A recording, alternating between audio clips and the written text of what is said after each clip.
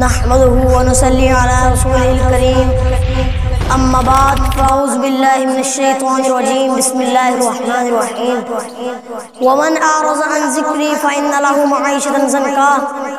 آج سے 1400 سال پہلے ایک پیغمبر آیا۔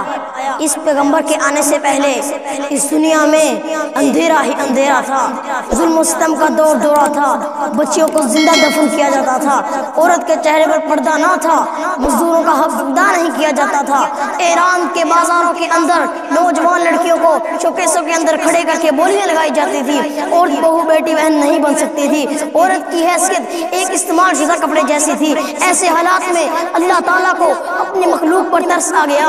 اللہ تعالیٰ نے اپنے پیغمبر پر قرآن نازل فرمایا۔ جب قرآن آیا جب ابو بکر تھا صدیق بنا، جو عمر تھا فاروق بنا، جو عثمان تھا ذوالنورین بنا، جو علی تھا عبداللہ بنا، جو حنظلہ تھا مسلم لائکہ بنا، جو جہاد میں مقاصد تھا وہ شاہ مشرق کا فرد کامل بنا، جو بلال تھا جب انہوں نے قرآن کو اپنے سینے سے لگایا اللہ تعالیٰ نے اتنی عزت بخشی کہ وہ چلتے تھے مکہ کی گلیوں میں تھے مگر ان کے قدموں کی آہٹ جنت میں سنائی دیتی ہے۔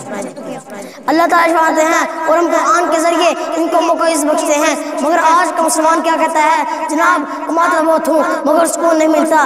ارے نادانو، تم لوگوں نے دریاؤں سمندروں سے ہیرے جواہرات سونا چاندی تو نکال لیا مگر تو اس کو نہ مل سکا۔ ارے مسلمانوں، تم لوگوں نے چاند سارا کا مستقبل کر لیا مگر تو اس کو نہ مل سکا۔ ارے مسلمانوں، تم لوگوں نے گاڑی بنگلہ دکان خرید لی مگر تو اس کو نہ مل سکا۔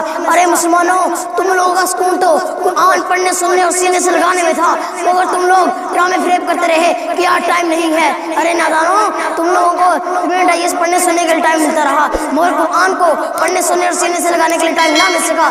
آج اسی وجہ سے اللہ تعالیٰ نے ہم سب پر ظالم حکمران مسلط کر دیے ہیں، وہ حکمران جن کے دعوتیں ہندو جیسی، وہ حکمران جن کے چہرے ہندو جیسے، وہ حکمران جن کے نظام ہندو جیسے۔ یہ حکمران ان ظالم دلٹیروں کے ساتھ ہی ہیں جنہوں نے افغانستان کشمیر فلسطین کے چھوٹے چھوٹے بچوں کو وہ مار کر شہید کر دیا۔ یہ وہ ظالم ہیں جنہوں نے نبی کے خاکے بنائی، یہ وہ ظالم ہیں جنہوں نے قرآن کو استنجے کے طور پر استعمال کیا۔ ارے مسلمانوں، اٹھو، ایک ہاتھ میں اللہ کا قرآن لے کر دوسرے ہاتھ میں نبی کا فرمان لے کر اللہ کے قرآن کو نبی کے فرمان کو عام کر دو اور ان ظالموں کو بتلا دو کہ مسلمان زندہ ہیں، اب ان کی غیرت زندہ ہے۔